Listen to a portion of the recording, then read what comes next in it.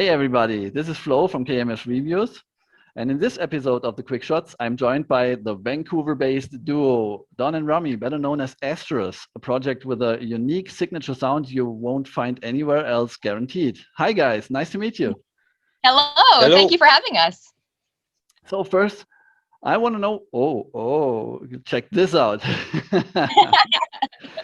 So We're first, big fans of Rammstein. He's wearing his German t-shirt, yeah. yeah, His Rammstein, I Rammstein know t-shirt. this one. So first, I want to know how you guys met and decided to make music.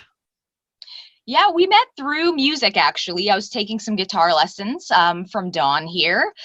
Yeah, and then just over the years, playing together, just kind of free-form jamming, and really during the pandemic is when we kind of are like, we want to do something with this. We want to actually make something that we have forever and accomplish something with the music that we have. So the pandemic gave us a chance to really sit down, start writing, focus. So within the past year is when we really started to develop songs, write songs, and kind of get that done. So it's been a pretty exciting year for us. Was there a certain moment where you sat together practicing and saying, that's a band project we're doing here? Or was it just a process? No, process, lots of ups and downs, lots of struggling. Yeah, just lots of frustration. Like, how do you write a song? How do people do this?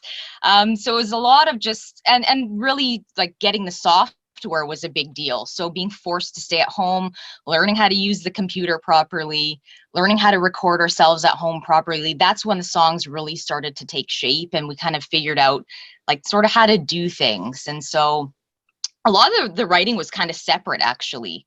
So I would write some things, and then he would write some things to kind of complement what I made. So yeah, it was sort of a isolated process more than collaborative, really. Okay, so I would say. Would you agree? I better agree. before you did this, you never even put a song together, like in the studio or with the mixer or anything? No, it was more, I would play guitar riffs and make loops. And so we would jam over top of loops or just grooves, just all different kinds of grooves. And then we were doing covers for a bit and playing in a restaurant and stuff. And we were both wanting to, have a bigger vision and just just to really start making songs that we love and get excited about. And yeah, that's where the battle began. So as I told in the review of the recent EP of yours, you're really great storytellers. Your music is going way below the surface, so to speak. So there are no happy flat tracks to find in your repertoire. Is this a band effort or a group effort, or where does this willingness to talk about the not so flat stuff come from? It's not really an effort, it's not something that I've kind of forced. I don't sit down and in a book write like a journal, or I don't really write out thoughts. It's more, making the music and listening to it, and like what comes to mind. When I hear the music, what comes to me, what imagery comes to me. And sometimes it'll be inspired by, like, say, a comic book or a story I've seen or a picture I've seen. So sometimes that will sort of shape, what story do I think is behind this picture? Or what does the sound really make me think about? So a lot of it is sort of kind of ad-libbing, so making it up on the spot when I'm hearing the music and shaping the words to the music rather than having a bunch of words and trying to fit them all into a song, So just trying to let it organically come. And I find that when you sit down and try to force yourself to do something, it just doesn't happen. Yeah. So you really just have to let it come to you when it's the right time, Mm-hmm. It might sound a little crazy, but it just sort of letting yourself be inspired and being open to letting that come to you when you're ready for it, I guess. Do you guys have certain roles? So you're in charge of the songwriting while he's in charge of the music behind it, or something like this? Exactly. Yes. Yeah, I That think I'm versus more of like, yeah, yeah. So I'm I'm more of like the ideas and creative person, and he's more of like the technical skill. So he's got, he can play the, guitar really well and bass really well. And so, if I'm playing something, he'll tell me, oh, that doesn't really work, or that doesn't make musical sense. So he'll kind of tell me what's appropriate and what's not. And I'll sort of, try to throw lots of ideas at him creatively and be like, oh, what if you tried playing it like this, maybe? So it's sort of a good compliment. We each have what the other one doesn't really have, or, maybe needs to work on a little bit more. Okay. So you do the songs in your own studio? In our house, yeah. Just in our house, yeah. Okay. And all your equipment, your software, your hardware? Yeah. So we just pretty much record everything on a Mac through an interface. Logic Pro. We're sitting right now, this is our closet behind us. So this is where we record all the vocals, just in a closet. So we put some foam up in the closet for the sound. So everything just happens in one room, pretty much. And the whole thing was self-taught from start to finish, or to where you are now? Yeah, pretty much. We tried to do some sessions in a studio locally here in Canada.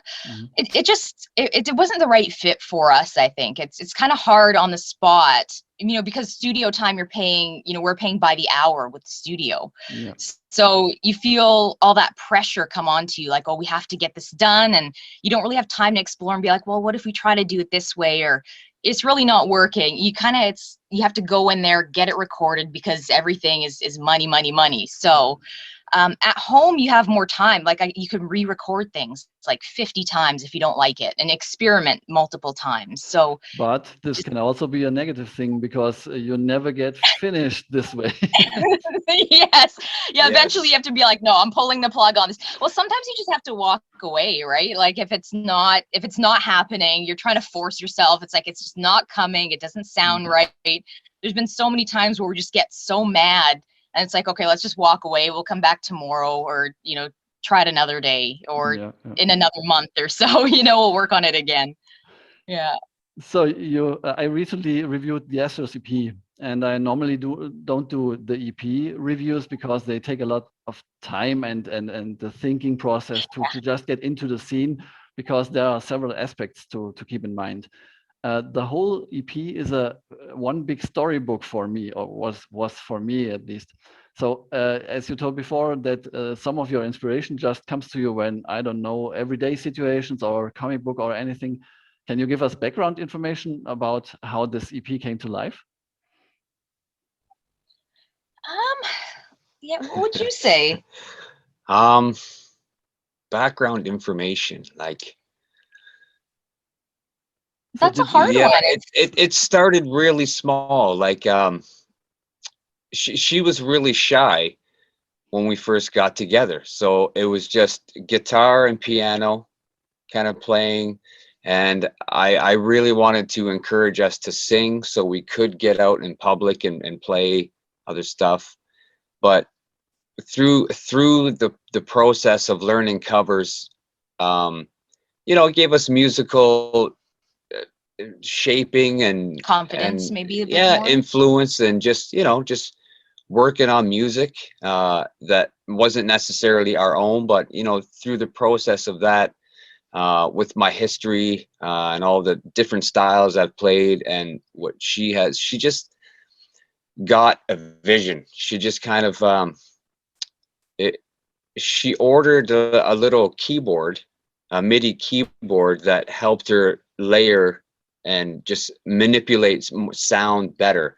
And she started, basically she gets a chord progression and she just kind of builds on that. And, she writes in the changes, and she does everything creatively, and that's where it just really took off. And she was, yeah. Yeah, I think a big part of the background is just not, we don't want to limit ourselves creatively, be like, oh, we have to write a song within 2.5 minutes or 3 minutes, and it's got to be that, or it has to sound like everything else. A big part of it is just, let's just write what we feel, making moods more than making something that we think might be popular, So that's really sort of the background. It wasn't really a set thing, like we're gonna do this many songs and it's gonna start like this and end like this. It's just what felt natural, you know, what we felt was a good natural flow. We have a whole lot of songs, but yeah, we just try to pick the 5 for the EP that sort of went together and seemed to tell the best story. So the Asterous EP wasn't an initial idea where you said, okay, we're going to put this and this and this and this track on it, and the thing is done. But it was a process. So you had 2 songs at first, and then added the other ones on the go. Yeah, exactly. that's basically what it was. Yeah, when we first tried, as I mentioned, when we tried to go into the recording studio, those 5 songs were completely different. You know, the ones that we first had in mind, it just didn't feel right at the end of the day. You know, we tried to record them, it just didn't sound the way we wanted it to sound, and we were kind of at that point where, okay, we put some money into this, do we keep going with it, or and just kind of be a little bit unhappy, or do we just stop and start all over again? So we just did that. We kind of stopped and started all over again, and 5 whole different songs appeared. In fact, the last song we wrote pretty much on the last day. Kind of, our EP was going to be 4 songs initially, and the 5th one just came out of nowhere. It was written in an hour.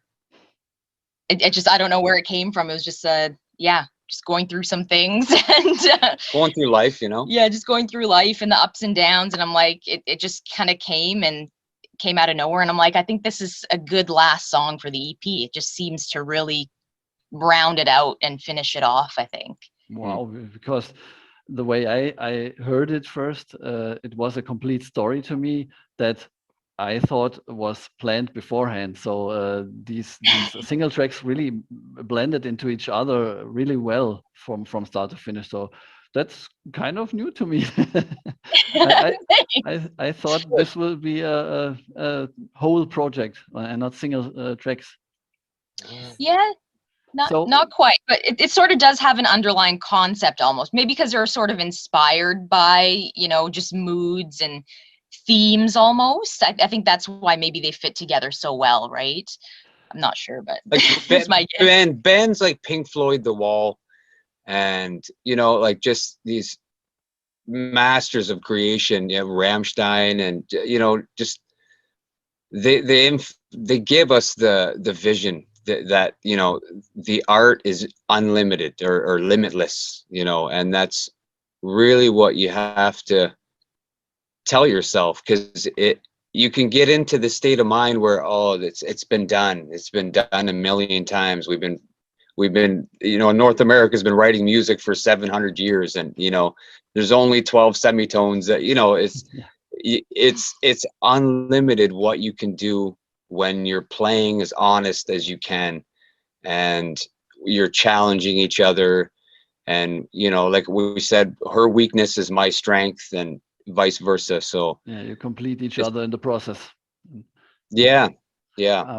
Would you say this dark undertone that's happening in a lot of your tracks, is this a character thing of you, or is it, I don't know, maybe even influenced by this whole COVID mess happening out there, for example? I don't think it's really to do with it. It's not really a lot about issues kind of in the world. It's sort of separated from that. It's more just like from like fiction and characters and stories and moods. Not so much, you know, we definitely don't want to be like political or, you know, Religious, politics, none of that yeah, stuff. it's like the All ruled world is out. crazy.